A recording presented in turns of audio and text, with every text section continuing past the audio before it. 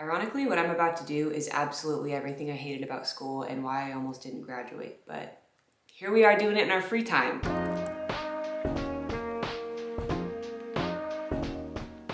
Hello, we're doing a book review. Welcome. I don't know why I'm so excited about this. Let me go backwards. We're doing a book review today. I'm gonna share with you every single book that I read in May of 2024, in case you're finding this in another year. I don't know why I specified the year. Let me back up.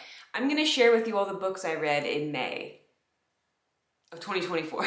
What I loved, what I hated, what you should read, what you should avoid. I got really into reading like the romantic comedy kind of romance genre, so a lot of the books are gonna be in that area. But then I also accidentally got into thriller somehow, and I'm a wimp, so I don't know how I got there. Before we start though, I wanna share with you the rating scale that I'm using and the spice scale that I'm using. I wanted to be able to be consistent from month to month when I do these, and so I had to be like, well, I need a spreadsheet, so that's good. Number 1, peppercorn. Level 2, spice, poblano. Level 3, serrano chili. I'm having fun with this. Level 4, habanero. Habanero? Habanero, which means? I'm not gonna say it like that. So it's not called an habanero, it's called an habanero. I'm gonna say habanero. My grandfather would be rolling in his grave right now. He was 100% Mexican. I am not. We have no blood correlation. I can hear him now. Elyse, you're saying it wrong. I know. Habanero. Okay, anyways, moving on. Number 5, Carolina Reaper. I personally feel most comfortable reading between a 0 and a 2.5. All right, so that was Elyse's spicy scale. Thank you for sticking with me on that one. Now we're gonna go into how I rate them from 1 to 10.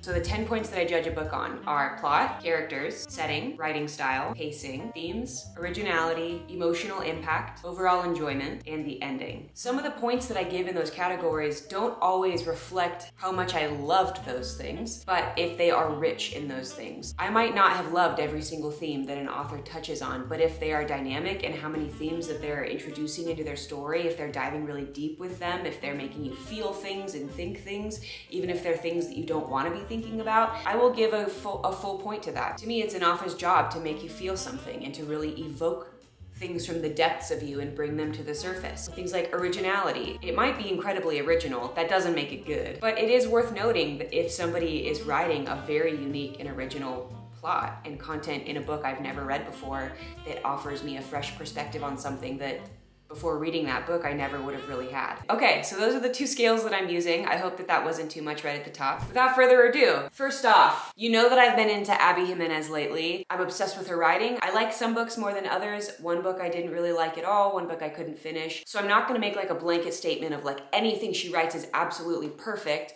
and that's hard for me to say out loud because I have actually connected with Abby via messages directly, and so I feel it's hard to now give a very brutally honest review of something after I've connected with the author personally, because that just feels like a stab in the heart. But I'm gonna be as honest as I possibly can be. So the first is the Part of Your World series. This is the one where I accidentally read book number 2 first without realizing that it was a part of a series. I'm gonna do my very best to not give any spoilers of any of these books. Because this is a series, naturally the plot from one book is gonna carry over to the next, and so I'm gonna be really careful about how I speak about these books. So Part of Your World is book number 1 in this series. Overall, I rated this an 8.5. In all of her books, she does alternating POVs. So she'll write one chapter from the girl's perspective, one chapter from the guy's perspective. I personally love that so much. Me and Jonas saw so much of ourselves in these characters, me being from California and then Jonas being from Tonganoxie, Kansas. But their love is so giddy and it's just so sweet. I love them so much. The trope is very like fish out of water, small town romance. Abby really captures what it's like to live in a small town. I took a half a point off on setting because I knew so much about Daniel. Even though Alexis was the main character in the book, I felt like I missed a lot about where she was from because I could not picture at all where she lived. And then I took half a point off for originality. Of all the books, this was the spiciest. Not just in the romantic scenes that they were actually intimate together, but there was so much casual conversation about sex. It was like, is there nothing else that they could be talking about? It felt shallow. I wanted more depth in the friendship conversations that were happening, like peripheral to the main story of this book. Trigger warnings, I would say avoid this book if you don't want to read about domestic violence or emotional abuse. There's a lot of talk about emotional abuse. But the way that Abby talks about really serious topics, not just in this book, but in any book that she writes, she is very good at weaving in really, really heavy topics. It's not in a way that it's so heavy that it feels like it jars you out of the story and it makes you walk away feeling sad. That's one thing I really respect about Abby as an author. Really does a great job including all of those topics into her stories. And then I took off half a point for pacing. At some points in the middle, it just dragged just a tiny bit. So overall, 8.5. I loved it so much and you definitely should read it. We were only one book in and my camera already died. Perfect. The next book in the series, yours truly.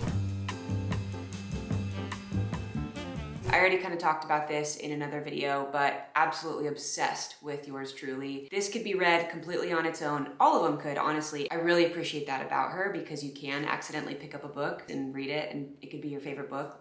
I would rate this 10 out of 10. Absolutely read it. I'm obsessed with it. I love it. I want to read it again and again. And I'm really sad that I will never be able to read this for the first time ever again. One of the best books I've ever read. This is where I'm gonna have some issues with people in the comments, I think. Third book in the series. So overall, I gave this a 6.5. This book felt like it had almost nothing to do with the other two. And because I loved yours truly so much, I assumed that this was gonna be an even better version of yours truly. I just didn't like it. I hate saying that because I love Abby's writing so much. Maybe I was feeling a certain type of way when I went into reading my book, like personally in my own life, that reflected in how I felt about it. But there was just aspects of this book that really required you to suspend disbelief in a way that I'm not used to doing in reading Abby Jimenez's books. The trope is like a fake relationship. It's not as spicy as the other books. I took a whole point off for the plot. The premise basically is that Emma is a traveling nurse. Justin is somebody that lives in Minnesota. All of the books are basically based in Minnesota, which makes sense because it's all the same universe. But I'm like, is Abby from Minnesota? To the point where I had to look it up and she's from California. I was shocked. When I tell you, shocked. Every single one of her books basically has to do with Minnesota in some way. But Justin lives in Minnesota. They both have this curse where it's kind of like the Good Luck Chuck with, what's his name? Dane Cook?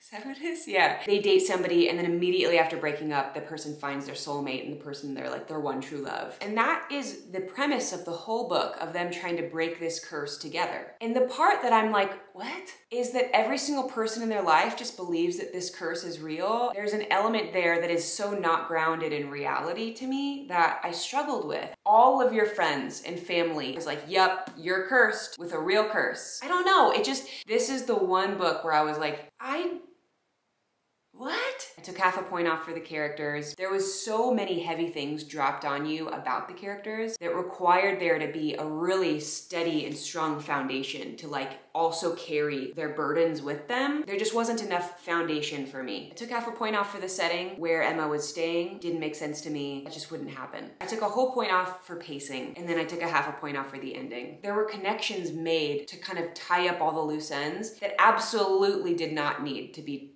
connected. And it happened so late that it's like, what's the point of that? So I don't know, I really struggled with this book. I just feel like not a lot of people are gonna agree with me about that. But there are moments in this book that are very funny. The only reason I'm just giving it the review that I'm giving it is because it didn't make sense in correlation to the other two that come before it. 6.5. I'm sorry, Abby. Okay, moving on. This is the Friend Zone series. I lost the first book of the series, but I have the other two, which makes me really sad. I think I left it in like a hotel room somewhere. This series came first before the Part of Your World series, and it starts with the Friend Zone. Love this book, obsessed. I give it an 8.5 out of 10. Here's why. The trope is like friends to lovers, forbidden love. I live for that kind of story. I don't know if it's because I personally like resonate with it, but give me a story where basically the guy hates her or she hates him and then they fall in love. What does that say about me? I don't want to go into that. That is for my therapist. Level of spice is at a 3. It's more restrained than I expected it to be, but it's still spicy. Kristen is the maid of honor in her best friend's wedding. She is rough, she is tough.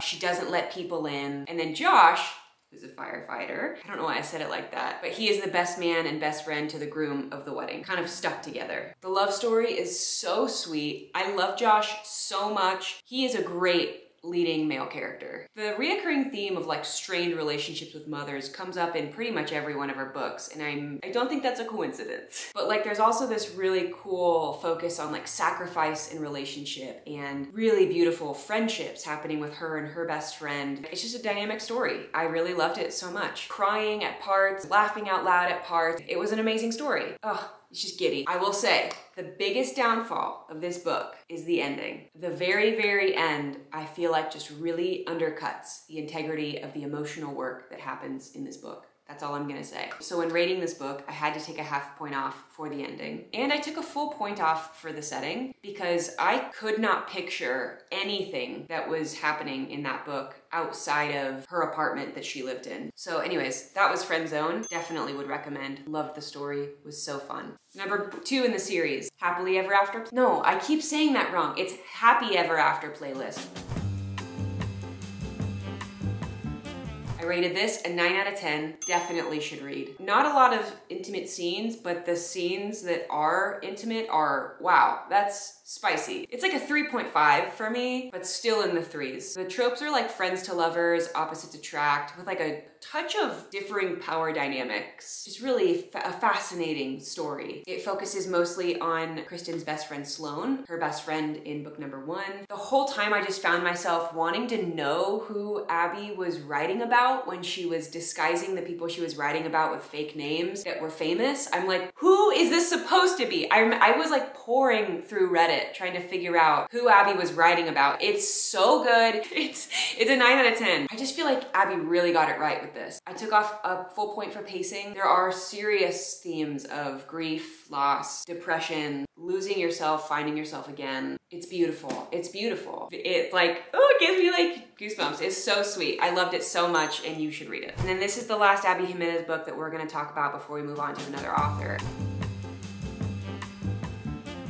This was my first did not finish of the month, not because of the book. It's about a famous online content creator who is dying. That's not a spoiler. That's literally written on the back of the book. I mean, it's called Life's Too Short. The reason I couldn't read it was because it was way too close to what my every single day looks like when she talks about creating content, posting on YouTube.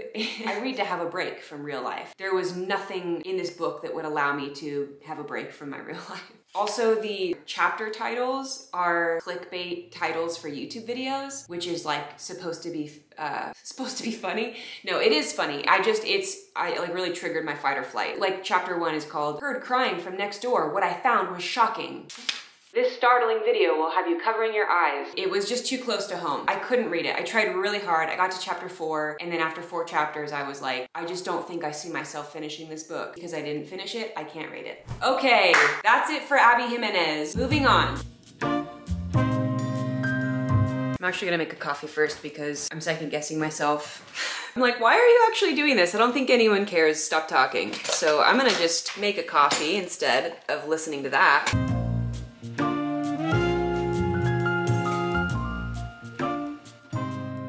Sorry, I just had a little moment of disbelief there, but we're back. We're moving on to Emily Henry. Emily seems to be one of the internet's favorite romance novelists right now. I wanted to give her books a shot because I had them recommended to me so many times. Before I get into this, I want to talk about Emily Henry as an author as a whole, kind of things I feel about all of the books I've read of hers. She is incredibly witty. The way that she writes dialogue and banter are so unique to Emily Henry. She is very steamy. A lot of what she writes is more on the spicy side. 3+ is kind of where she lives, but I appreciate the stories happening around those scenes. I think the only problem I have, the dialogue is too unrealistic for me. It's cool and it's witty and very smart and sexy. Oh, it's very flirty. It's perfect. And that's the problem I have with it, is it's too perfect. I couldn't actually imagine two people saying the things that they say to each other in her books back and forth, almost like a mic drop moment, which is really fun to read every once in a while. But when it's like the majority of the text that you're reading between two people, it can feel a little tiring. So I dove in with the first one, Book Lovers. I rated this an 8 out of 10. I really, really loved this book by the end. It was a great story. It took me a little bit of time to get into it. Nora is a literary agent, and because she is so deeply steeped in the world of books and like the lit world, like Nora's whole personality and inner monologue is spent identifying what trope a person that she's meeting is, which can sometimes feel a little cliche, but it's meant to. I struggled with that a little bit. That was what was hard for me to get into the book. Oh, and also, I'm not a blurb reader, so when I was introduced to the main character, did not know it was the main character, and I pictured him to be much older than he actually was. And then when I was reading some of it out loud to Jonas, I was like, it's really weird that she's falling in love with this like really old dude. And he's like, what? They're the same age. My brain really misjudged what I was reading at the beginning. Other than that, it was really good. I love the dynamic between Nora and Charlie. I did take 1 full point off for themes because I just don't feel like it got there in terms of bringing any themes out that I had never thought about before. It wasn't thought-provoking. It didn't make me consider things in a new way. So I just took a point away for that. And also I took a point away for emotional impact. I personally didn't feel deeply emotionally moved. I loved the story. I enjoyed reading it, but as far as emotion provoking and like wanting to cry or think about things after I stopped reading the book, that didn't really exist for me in this book. But I really, really, really enjoyed this book. So then I moved on to Happy Place. A book I saw all over TikTok, YouTube, Instagram, all of them. I saw it everywhere and I was like, I have to get this. I know that my personal feelings about this book do not reflect the majority of the internet. It's about Harriet and Wynne, and they were an engaged couple who broke up, didn't tell anybody. All of their friends still think they're together and they don't want to ruin the trip for everybody. The main issue I had with this book was 50% of it is flashbacks. I do not handle frequent flashbacks well for my brain. I do not like reading a book where half of it is just flashing back to another time, because I feel like when I'm picking up a story, that is when I have entered the lives of the characters. And if you're just constantly sharing information that happened like 10 years ago and we're now living in the past, I want to have the story that I've entered into continue moving forward. So it feels like, what does that have to do with me? That already happened. That happened before I knew you. Why are we going backwards? So I just really craved for the current present day story between Harriet and Wynne to continue progressing and moving forward, and I wanted to know what they were doing right there. The majority of what's happening in this story is happening in the past. I don't understand why we didn't just start there then. And also another issue I had with this book was there were too many characters. I could not keep all of them straight. At one point I felt like I wanted to draw a diagram, and then with all the flashbacks interlaced, it was a lot happening. So this is a 5 out of 10. I wouldn't personally recommend it, but I know so many people would. So I don't know if it's just I'm broken. I think that she's a very strong author. I just think it takes the right story for her writing style to really shine with me. I'm currently about to start her new book, Funny Story, so I'll keep you updated on that. Moving on to, I think, one of my favorite books I'm gonna talk about in this video. Oh my God! Better Than the Movies, Lynn Painter. I have nothing bad to say about this book. I am obsessed. If I had to explain this book in one word, I wouldn't even need to use it. It would just be a picture of me on the floor with my hands on my face and my legs like kicked up on the ground, just like kicking my feet. I read it as a way to like reprieve my mind from the heaviness of a thriller that I read right before it, and also the heaviness of a romantic novel I read before it that just shattered my soul. And I was like, I just need something to bring me back to life a little bit, bring me back up to the surface. I did not expect it to be as good as it was. I honestly thought, I have it, I bought it, I might as well read it. It's here until I find another book. Holy shit. I love this book so much. It's so cute. And it's set in Omaha. When I read that, I live in Omaha, Nebraska. I audibly gasped. I gusped. She was talking about some parking ordinance in Omaha. I was like, Omaha, Nebraska? What? You don't see Omaha, Nebraska in a book. So I felt very proud to suddenly live in Omaha. The trope is like enemies to lovers, fake relationship. Enemies to lovers is like, just My favorite. It doesn't get better than that trope for me. It just takes you on such an emotional journey, and there's so much conflict and resolution. The feeling of hatred and love being so close, just like a degree apart. I love that trope so much, and this feeds my soul and everything I need. It's really good. I appreciate so much that this book is not spicy. I rated this a 10 out of 10. No points taken off. Nothing bad to say about it. You have to read this book. When you get to the end, the page after the last page of the book, it's a special little sweet surprise. I'm not gonna tell you what it is, but you're gonna love it. It's so cute. I love this so much. Okay, moving on. The Last Love Note by Emma Gray. Jonas actually bought me this, so I didn't pick this out myself. I didn't see anything about it online. I rate this book an 8 out of 10. Now, I don't know if I can recommend it. This book depressed me so much, and I did not expect it to. I don't know how much to say without spoiling it. The sheer amount of loss and grief and sadness that lives in this book is overwhelming. If you are a highly empathetic person struggling with grief or loss, postpartum, if you are a parent, I don't know if this book is for you. Or maybe it is. Even reading the blurb on the back, it did not set me up emotionally. This was the book I was trying to recover from when I picked up Better Than the Movies. The writing style is incredible. The first few chapters, you're like rom-com, romance novel kind of a vibe. And then it just took a hard turn. Hold on, hold on, hold on. This whole section that doesn't have stickies, I skipped maybe 2 or 3 chapters that I just didn't read at all. I couldn't really stomach it. And if I was a different person who wasn't as empathetic and could recover emotionally, I'm sure I could have read it and it would have been fine. But the transformation that this character goes on is wild. You like watch her become a human being who is like living a life for herself slowly through each page of this book. It's beautiful. It's heavy. It is not something you pick up and read on a whim, especially not without being able to emotionally prepare. 8 out of 10, but Emma Gray, you are an incredible author. I want to read other things that you write. Next is The No Show by Beth O'Leary.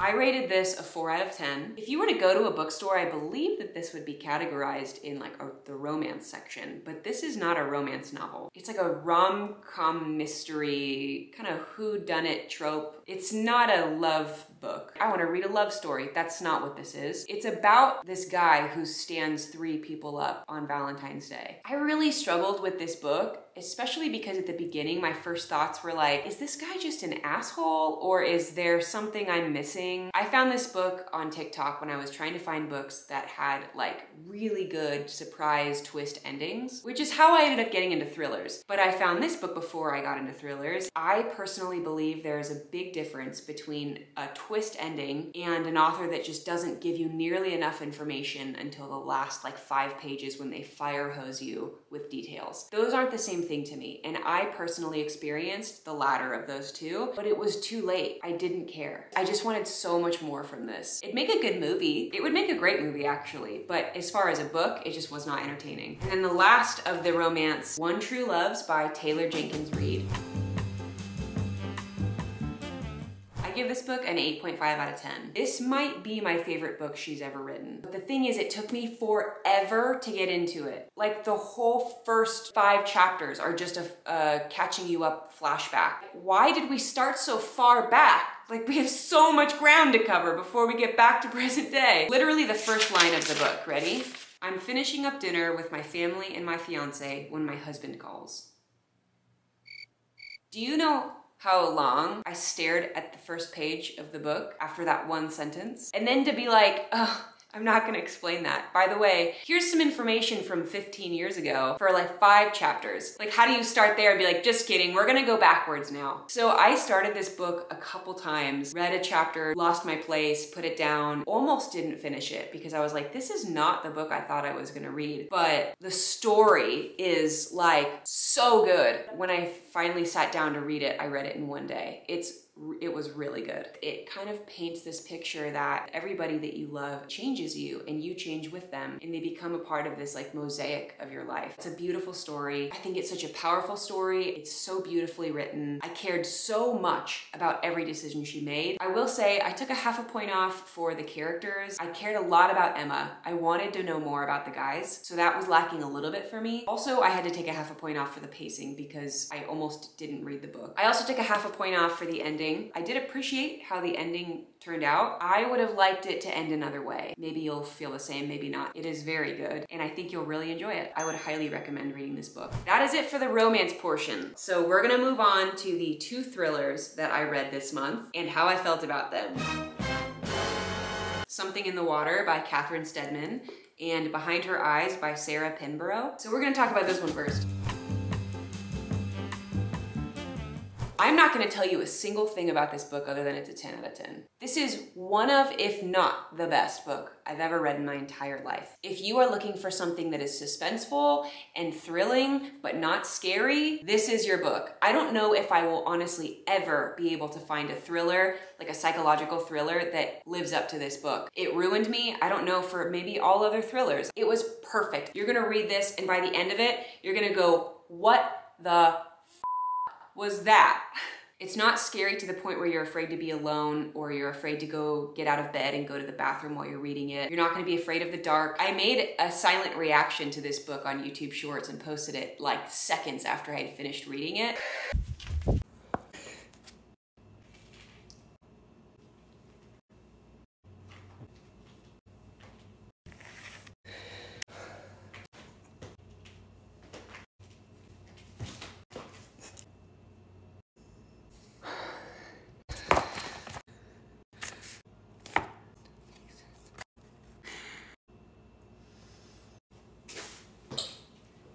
The cover of this book is such a liar. The cover is scarier than the actual book. I almost ripped the cover off multiple times, honestly. Could I watch this on Netflix? It's a series. No, I couldn't. But I could read it. It's amazing. Just trust me. And then I posted about it and was like, please, I am desperate for you to give me a recommendation that is like this book. And people were like, you should read Something in the Water by Catherine Steadman. Not at all the same.